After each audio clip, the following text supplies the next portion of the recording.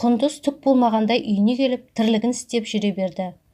Енесі мен абысына Нұрланның ақшасын алған киім-кешек заттарын анам алып берді деп көкірек кере мақтанды. Бағына орай әсем кекшіл, өкпешіл емес. Ештеңе болмағандай келіне жаны ашып, ананы көтерме, үйтпе, бүйтпе, өзім істей саламын, саған көтеруге болмайды, аздап жатып демалып ал деп ас түсіне түсіп әлек. Оның қадірін білер келін жоқ, тірліктен қашып ыңқылдайды да жүреді. Талғат пен Мариям әулеттің үлкені болған соң барар жерлері көп. Өлімі бар, тойы бар, зейнетақылары өздеріне жетпей қалмаса артылар емес. Бағлан болса жұмыс жасайын деп тырысқанмен бел ауырып, екі бүктеліп қала береді. Әсем де әйел заты болған соң қажет заттары болар сөзсіз. Енесімен ақылдаса келе жұмысқа орналасты. Балабақша асханасына аспаз болып орналасты. Таңертең ерте тұрып сиырларын сауып, сүт айранын пісіріп, жайғастырып, үй ішіне таңғы шайларын беріп кетеді. Ол кетер уақытта ерке келін енді ғана ұйқысынан оянып, көзін уқалап шығады. Тірліктің көзін таппайтын мылжың келін кешке дейін түкте бітіре алмай, оны көрген ененің ашуы келері айдан анық. Шыдай алмай 60-қа келген енесі өзі қамырын елеп, үйін жинап кетеді. Ашу үстінде әсем келін болғанда бұлай жүрмес едім, қиналмас едім деп күбірлеп жүреді. Құндыздың татымы жоқ, езілген ботқа тамақтарын амалсыздан жеп отырып, тағы сол әсем келін мақтап айтып қоя береді. Бұл Құндызға ұнамай, жеңгесіне деген өшпенділігі арта түсті. Кішкентай бөпесімен Құндыз келін болып түскелі төркініне жете алмай жүрген үйдің үлкен қызы Құндыздың қайнапкесі, Әсемнің қайын сіңлісі Бағила төркіндетіп қыдырып келді.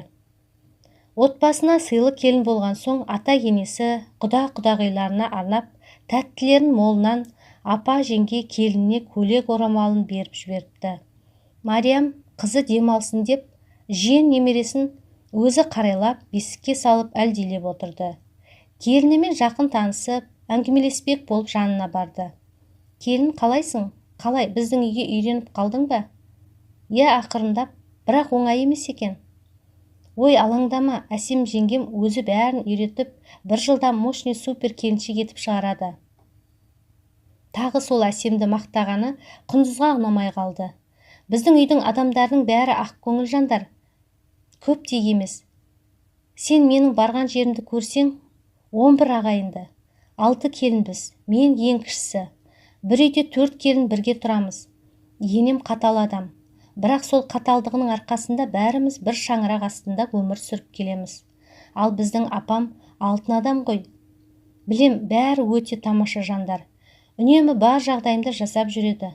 Бірақ өзім бөтен жерге, бөтен адамдарға үйрен салмай жүрсем, Құндыз жыламсырап төмен қарады. Я, не болды? Сізге айту ыңғайсыздау болып тұр. Айта бер, қысылма. Бұрындары ойлайтынмын, тұрмысқа шықсам ата-енемді өз әке-шешемдей көремін. Күйеуімнің аға әпке қарындастарын өз бауырларындай көремін деп. Бірақ келген күннен Әсем жеңге бәріңізді жамандап, көңілімді суытып тастады. Көңілім суыған соң өзіме жақын тартып үйренісе алмай жүрмін. Қойшы, сонда жеңгем не айтты? Мені кешіріңізші, сізге бекер айттым-ау, менде аузыма иелік ете алмай қалам бар ғой. Айтсаңшы енді. Құндыз ештеңе айта алмас еді. Себебі Әсем ешбір жанды жамандаған емес болатын. Айтары жоқ суайт келін әпкесінен құтылуға тырысты. Әпке оның бәрін айтып, көңіліңізге қаяу түсіргім келмейді. Тек өтінем, арамызда қалсыншы, үйде ұрыс шыққанын қаламаймын. Басын бастадың, айт енді, айтпасаң, бастамауын қажет еді. Құндыз әпкесінен құтыла алмасын біліп, не істерін білмей тұрғанда, Бағиланың бөпесі шыңғырып, Мариям шақырып алды. Құтылғанына қуанып, әндетіп, тірлігін істей бастады. Қайны сіңілсін жанындай жақсы көретін Әсем сол күні Бағлан жұмыс істеп жүргенде жиған ақшасын жаратып, базарлық жасап, Бағиланың баласына өзіне киім-кешек, анау-мынау алып, қуана үйге келді. Қайын сіңілсін құшақтап, жағдайын сұрап әлек. Қалайсың Бекеш, аман-есен аяқ-қолыңды жинап алдың ба? Ренжіме, бара алмадым, мынау кішкентайыңа деп алдым. Аз да болса көптей көр. Әккі келіннің қулығына сеніп қалған Бағила жеңгесіне жылы қабақ таныта қоймады. Сұрақтарына әрең қинала жауап берді. Әсем не болғанын түсіне алмай ойлана өз бөлмесіне киім ауыстыруға кіріп кетті. Қайынсіңлісінің көңілін табам деп сүйікті тамақтарын, тәттілерін, самса, бауырсағын пісіріп, шаршағанына қарамай жайнатып дастархан жайды. Тамақ үстінде де Бағила қабақ түйіп ашулана отырды. Үнемі сүйсініп жейтін жеңгесінің тағамдарын жегісі келмей түрткілеп қоя салды. Әсем ештеңе түсіне алар емес. Құндыз болса бұл жағдайды бақылап мәз. Бір аптаға демалуға келген қыз 2 күннен соң қайтып кетті. Оның қапа болып кеткені Әсемге маза бермеді. Бағланға айтып еді, үндемей күрсініп қойды. Бағлан келіннің қарындасына Әсем жайлы айтқанын естіген болатын, бірақ үйде ұрыс жанжал болмасын деп үндемеуге бел буды. Салақ, олақ келіннің тірлігіне көңілі толмай, әбден шаршаған Мариямның шыдамы шегіне жетіп, келініне ашумен біраз әңгіме айтты. Әй келін, қашан саған ақыл кіреді, айтшы? Күнде айта-айта шаршадым, үйренетін кезің жетті ғой. Мынаны қарашы, қалған құтқаның, қамырдың бәрі жиналып көгеріп кеткен. Оның тағы мені көрмесін деп тығып қойыпсың. Осын жайып кеспе етіп кесіп қоюға болады емес пе? Әр нәрсенің обалы болады. Үнемі осындайсың. Үйдің бәрін шаң басып жатыр. Түс болды. Түскі асқа не нан жоқ, не тамағың дайын емес. Қазір атаң малдан келсе, маған сөйлеп миымды жеп қояды. Таңнан бері бітірген бір тірлігің жоқ. Неге сонша маған айқайлайсыз? Қолымнан келгені осы. Әй, ана Әсем жеңгең осының бәріне үлгеруші еді. Адамның жасаған адам жасай алады. Сенің де одан еш жерің кем емес. Тух, жетер енді. Әсем, бітпейтін Әсем әйтеуір. Мен Әсем емеспін, мен Құндызбын, Құндыз. Бітпейтін күңгірдеуіңізден әбден шаршадым. Жақсы онда, мен кетейін. Әсемдей тағы бір қыз тауып алып, беріңіз балаңызға. Мен саған кет деп тұрғаным жоқ. Қит етсе кетем дей береді екенсің. Жаман қатын кетем деп қорқытады деуші еді. Сенен қорқар мен жоқ. Кетсең кет, қайтеміз енді. Шаршаттың ғой адамды. Құндыз бөлмесіне кіріп кетіп, киімдерін сөмкеге түйіп отыра берді. Бірер сағат өтіп, ашуы басылған енесі бөлмесіне кіріп келді. Затын түйіп, жылап отырған келініне жақындап, сабыр мен ақылға шақырды. Келінжан, айналайын, қой. Мен де артық кеткен секілдімін. Сабырға кел. Үлкен болған соң ұрсамын да. Мен айтпасам кім айтады саған?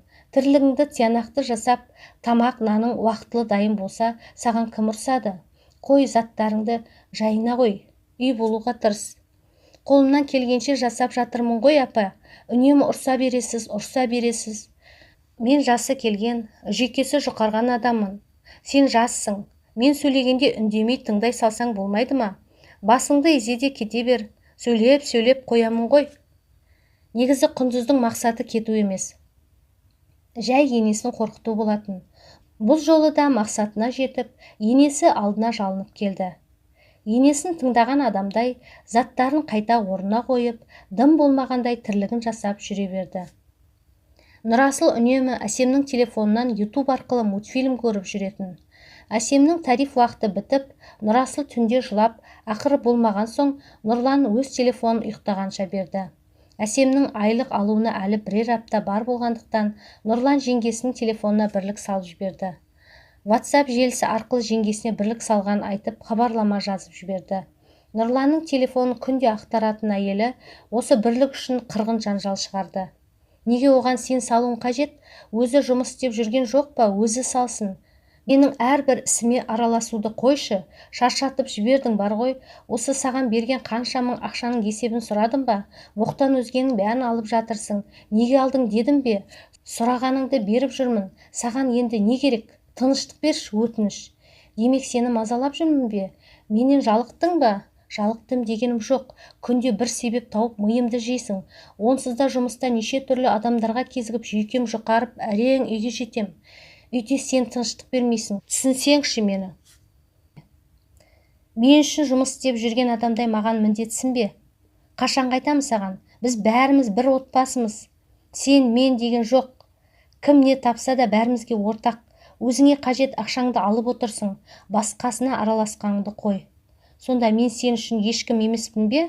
Уф, жетер енді, шаршатып жібердің. Ұйқы бересің бе, жоқ па? Нұрлан жастық көрпесін алып, қонақ бөлмеге кіріп, көрпені бүркеніп жата қалды. астында төсеніш те жоқ. Артынан Құндыз еріп келіп тағы маза бермеді. Айтпаған сөзі жоқ. Нұрлан ешбір жауап қатпай жата берді. Құндыз өз ісіне өкініп, Нұрланнан айырылып қалудан қорқып, мысықтай мияулап жалынуға көшті. Сонда да еш жауап ала алмады. Ақыры өз бөлмесіне барып, WhatsApp желісі арқылы тоқтаусыз хабарлама жіберіп, түні бойы ұйқы бермеді. Нұрлан ол хаттарды оқып басын қатырғысы келмей, бәрін түгел өшіріп тастап, телефонын сөндіріп, есікті кілттеп ұйықтап тынықты. Таңертең ашуы әлі тарқамай, әйелі ұйқыдан тұрмай жатып, шайын ішпей жұмысқа кетіп қалды. Ұйқысы қанбаған, қатты жерде жатып, денесі ауырсынып қалған жігіттің жүйкесі жұқарып, бірнеше тұтынушымен сөзге келіп ұрсысып қалды. Сол күні жексенбі Әсем үйін жинап, кір жуып, өз тірлігін жасап жүрген. Нұрланның таңғы ас ішпей, үйінен безіп кеткенін өзінен емес жеңгесінен көрген әйелі күні бойы абысына қабақ түйіп, ашулана бүкіл затты тарсылдатып, тірлік істеп жүрді. Оның бұл қылығын Әсем бірнеше рет байқағанмен үндемей жүре берді. Ақыры болмаған соң бөлмесіне кіріп кеткен келіннің артынан барып не болғанын сұрамақ болған. Ал ұрыс іздеп отырған келіні абысының жағасынан алды.